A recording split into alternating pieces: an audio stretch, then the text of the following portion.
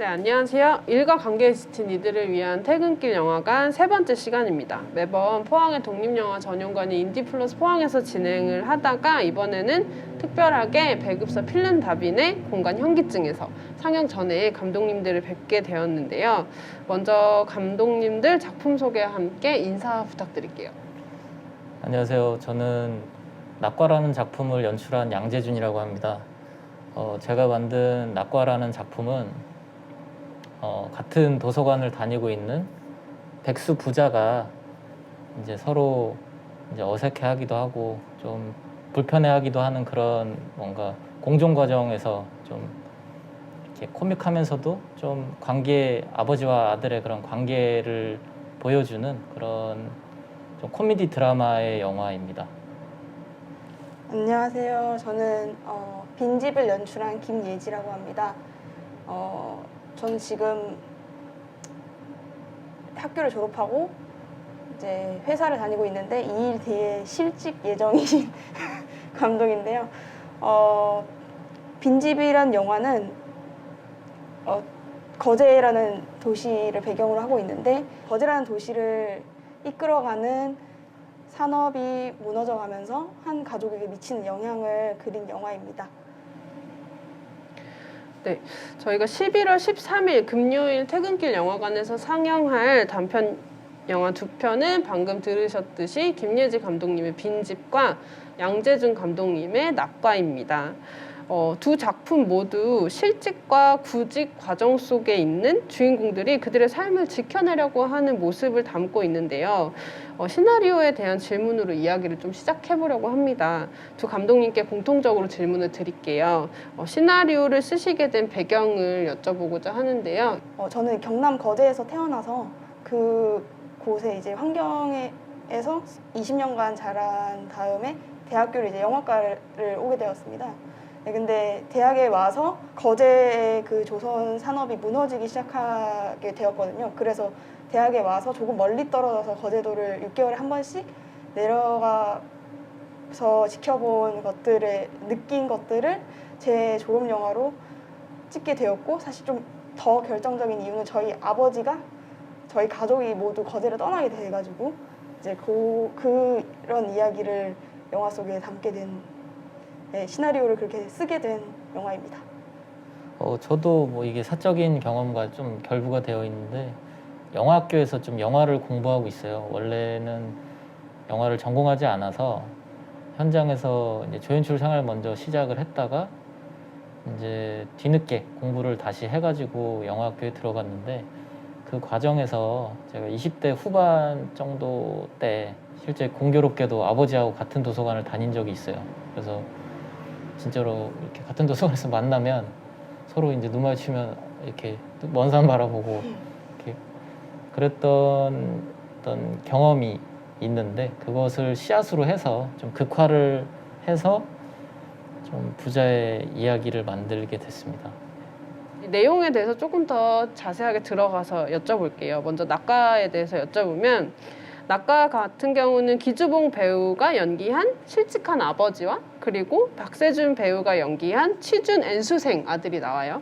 집과 도서관이라는 그런 같은 공간에 있고 그리고 뭔가 실직과 구직한 이런 백수라는 같은 상황 속에 처해 있는 부자의 관계를 통해서 좀 보여주고자 하셨던 게 뭘까 궁금해졌어요. 네.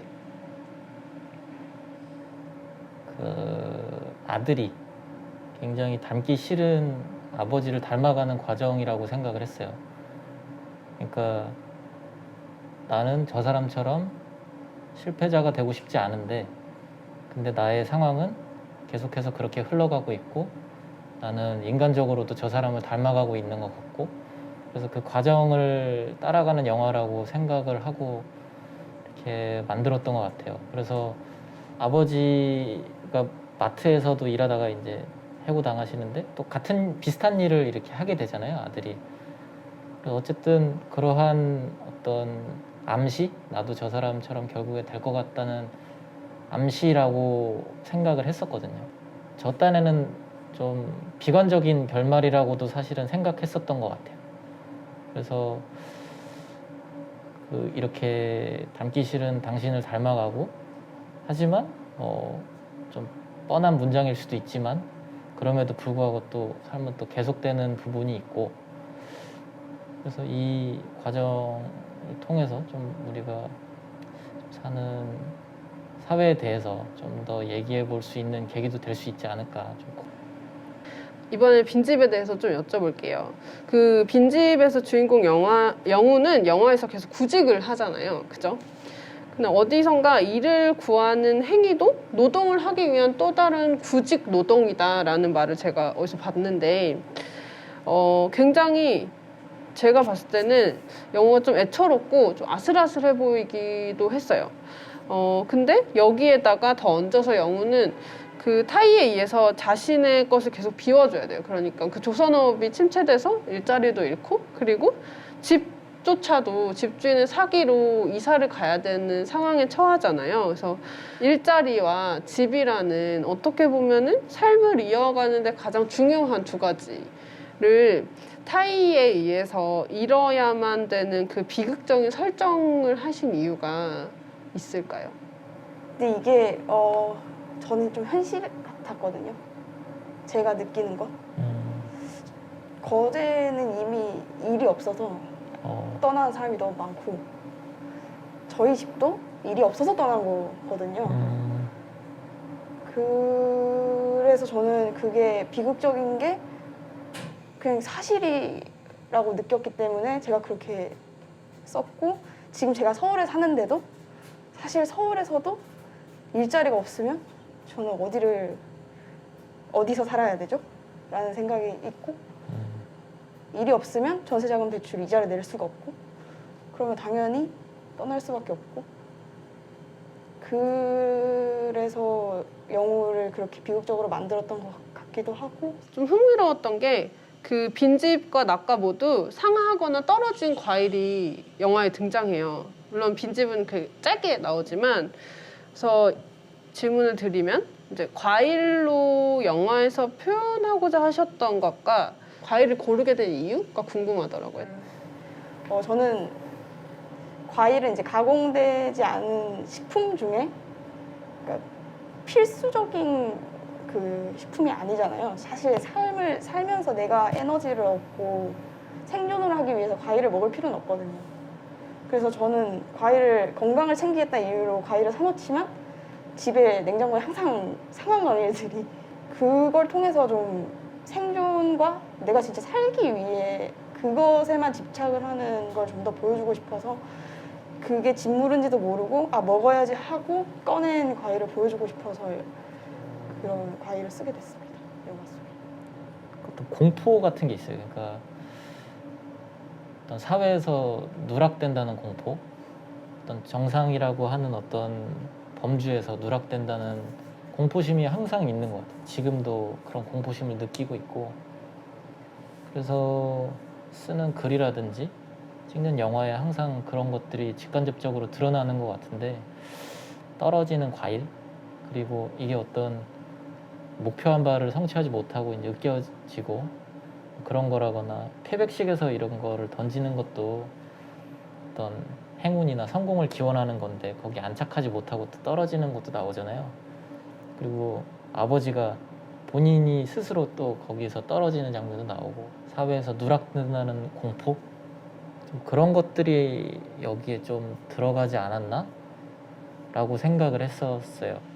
네, 저는 그래서 이제 대체로 이제 영화가 좀 아무래도 뭐 실직, 구직 이런 걸 다루다 보니까 이렇게 밝지는 않잖아요. 분위기가.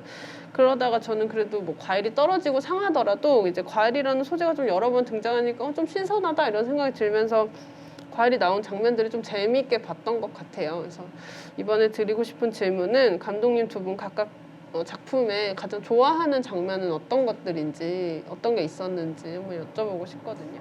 제가 이제 가장 좋아하는 장면, 그냥 커트라고 생각한다면은 그 노동자들이 다 정문을 향해서, 그러니까 회사 정문을 향해서 걸어가는데 주인공이 맞은편에서 다가오는 장면이 제가 제일 마음에 들어하는 장면인 것 같은데요. 그러니까 저는 어렸을 때부터 넥타이를 입은 회사원은 없는 줄 알았어요. 왜냐면 작업복을 입은 사람들만 제 주변에는 있었고 오토바이 타고 다니는 분들만 있고 자전거 타고 다니는 분들만 있으니까 지하철을 타고 넥타이를 입고 출근을 하는 게 저는 영화 드라마 속의 풍경이었었거든요. 그게 그 도시의 가장 특수한 부분이고 그것들이 말을 하고 있는 건 모든 사람들이 일을 하고 있지만 영우는 그 틈에서 그 작업복을 입지 않고 그냥 일반 사복을 입고 있거든요. 거기서 오는 이질감도 조금 있고. 그 엔딩 장면 제일 좋아합니다. 그 둘이 앉아서 과일 먹는 거. 사실은 그거 찍으려고 사실 영화를 만든 것도 있고요.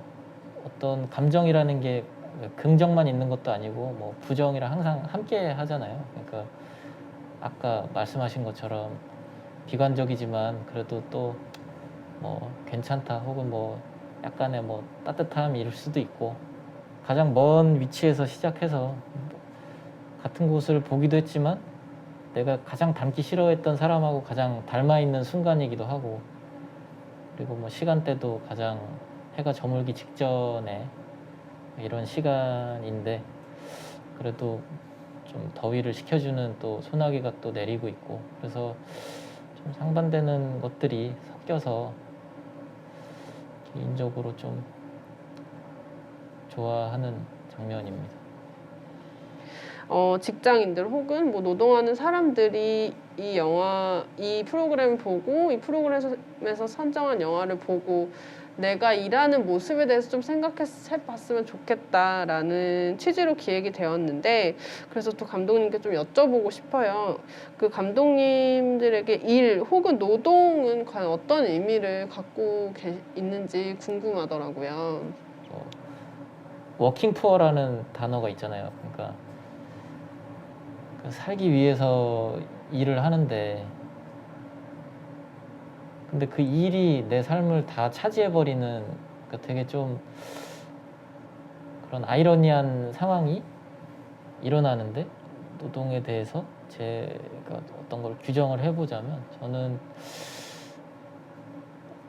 어쩔 수 없이 본인의 가장 큰 부분을 차지할 수밖에 없다고 생각을 해요. 그래서 요새는 더더욱 들었던 생각이 내가 여지껏 30이 넘게 이제 영화를 찍고 영화에 막 모든 걸 쏟아부었다고 생각을 하고 조금 뒤를 돌아보면 영화를 빼고는 아무것도 남는 게 또 없는 면도 있거든요. 허망할 정도로. 그러니까 뭔가 그 일을 제외하고 나서 대부분의 사람들이 자신의 삶에서 온전히 남는 것들이 없는 경우가 많을 텐데 그렇기 때문에 더더욱 자신의 일을 어떻게 규정하느냐, 어떻게 의미화를 하느냐가 엄청 중요하다고 생각을 했던 것 같아요. 그래서 내가 내 일을 사랑하는 이유, 내가 이 일을 하는 이유에 대한 생각을 정리하는 게 되게 중요하다고 생각을 했던 것 같습니다. 일과 노동이라는 거는 생존을 위한 것도 있지만 그게 제일 1순위고 제 영화에서도 그걸 보여주지만 또 거기서 더 나아가서 나의 존재 이유라고도 조금 생각이 드는 것 같아요. 그거를 제가 이번에 이틀 뒤에 실직을 하는데 아까 말씀해주신 네. 조금 급작스러운 실직이긴 한데 그 뒤에 내가 무엇을 할 것인가 나는 무엇인가 어디 가서 소개를 했을 때 뭐 하는 사람이에요? 이렇게 물어보면은 영화학교 다닙니다. 이렇게 말을 하는데 좀 뭐라고 말하지? 이렇게 생각이 들거든요. 영화입니다. 라고 말을 하고 영화 감독합니다. 영화 일을 하고 있습니다. 이렇게 말했으면 좋겠는데 어떻게 될지 모르니까요. 어쨌든 우리가 2020년에 코로나라는 상황을 맞게 되면서 영화관에서 사실 관객들을 만나는 자리가 정말 많이 줄어들고 있어요. 그런데 집에서 보는 영화랑 영화관에서 보는 영화는 같은 영화일지라도 절대 같을 수 없거든요. 감독님들에게 영화관이랑 어떤 공간인지 혹은 공유하고 싶은 영화관에 대한 기억이 있는지 뭐 편하신 대로 좀 영화관에 대해서. 저는 최근에 제가 유튜브를 되게 늦게 보는 편인데 유튜브를 보기 시작하면서 되게 인내심 있게 보는 게 힘들어졌어요. 맞아요. 네. 저도 그래요. 진짜 안 좋은 것 같아요. 네. 무조건 2배속으로 보고요. 네. 다 스킵 15초 네. 넘기고 그렇게 되고, 그래서 영화관의 장점은 내가 2시간 동안 옴짝달싹 못하게, 물론 나갈 수 있지만 그러니까 온전히 집중할 수 있는 공간이 영화관밖에 남지 않은 것 같아요. 저는 제 생각에는. 그 예지 감독님이랑 비슷한 면이 있는데, 그러니까 극장에 가는 거는 뭔가 다른 세계로 들어가는 어떤 계기가 되는 것 같아요. 그러니까 기꺼이 내가 이 세계 속으로 들어가서 엄청 그 오싹한 영화, 되게 무시무시한 영화를 보거나 아니면은 되게 좀 하드보일드한 살인이 난무하는 영화를 보고 나면 딱 극장 문을 나섰을 때 나온 어떤 격차가 있잖아요. 내가 다시 현실로 복귀했을 때 저는 그 기분이 진짜 항상 너무 좋거든요. 근데 이것은 뭔가 극장이 아니면 경험하기 힘든 거라고 생각을 해요. 그래서 왜 이전에도 극장 관람이 위협을 받았던 계기는 굉장히 많았잖아요. 꼭 코로나가 아니더라도. 그럼에도 불구하고 계속 극장 관람이 사람들한테 사랑을 받았던 이유는 좀 우리가 생각하는 것보다 더 클 거라고 생각을 해요. 마무리로 하시고 싶은 말, 혹은 낙과나 빈집을 보시는 관객분들, 혹은 뭐 퇴근하거나 출근을 준비하거나 뭐 일을 하고 계시는 분들 모두 이렇게 통틀어서 마무리 멘트 한마디씩 부탁드릴게요. 제 영화에서 이제 조금 슬프고 비관적인 이야기를 하고 있지만, 그럼에도 불구하고 저는 어딘가로 떠나서 떠난다는 거는 되게 새로운 시작이라고 생각을 하거든요. 그래서 희망을 품고 나가셨으면 좋겠습니다. 그래서 퇴근하시는 분들, 특히 직장인 분들은 지금 연말에 한창 머리가 또 복잡하실 것 같아요. 제가 너무 가슴이 복잡했기 때문에 또 한 살을 먹는구나. 그리고 코로나 때문에 다들 누구는 사기당한 것 같은 느낌도 든다고 그러더라고요. 1년이 너무 좀 시간이 빨리 간 느낌도 있고, 그래서 남은 시간 각자 생각 정리 잘 하시고 또 추스려서 또 내년에 또 힘내실 수 있게 그런 마음의 정리를 잘 하실 수 있는 시간이 됐으면 좋겠습니다.